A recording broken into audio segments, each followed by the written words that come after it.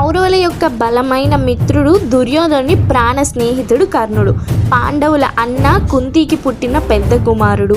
ధనుర్విద్యలో అసమానుడు. సూర్యుని ఆశీర్వాదంతో పుట్టాడు. జీవితాంతం అన్యాయం ఎదుర్కొన్నాడు. సామాజిక విద్వేషం భరించాడు. కర్ణుడి నుంచి మనం నేర్చుకోవాల్సింది ఏంటంటే ఆత్మవిశ్వాసం.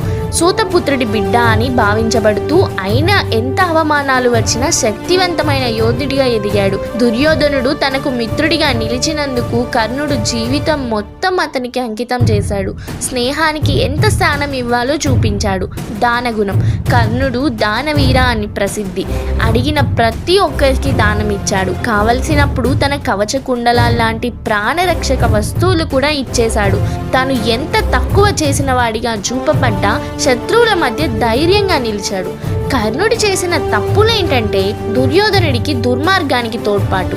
దుర్యోధనుడి ధర్మ విరుద్ధ చర్యలను అడ్డుకోకుండా స్నేహం పేరుతో సపోర్ట్ చేశాడు. ద్రౌపదిని అవమానించడం. జూదంలో ద్రౌపదిని దాసిగా పిలిచి కటికగా మాటలు అన్నాడు. ఇది మహా తప్పు. తన అసలు పుట్టుకను దాచడం.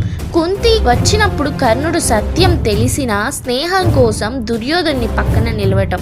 కొందరు పండితులు దీన్ని కూడా ధర్మానికి వ్యతిరేకం అంటారు. కర్ణుడు చేసిన తప్పుల నుంచి మనం నేర్చుకోవాల్సింది ఏంటంటే స్నేహం గొప్పది, కానీ అది తప్పు చేస్తే దూరంగా ఉండాలి.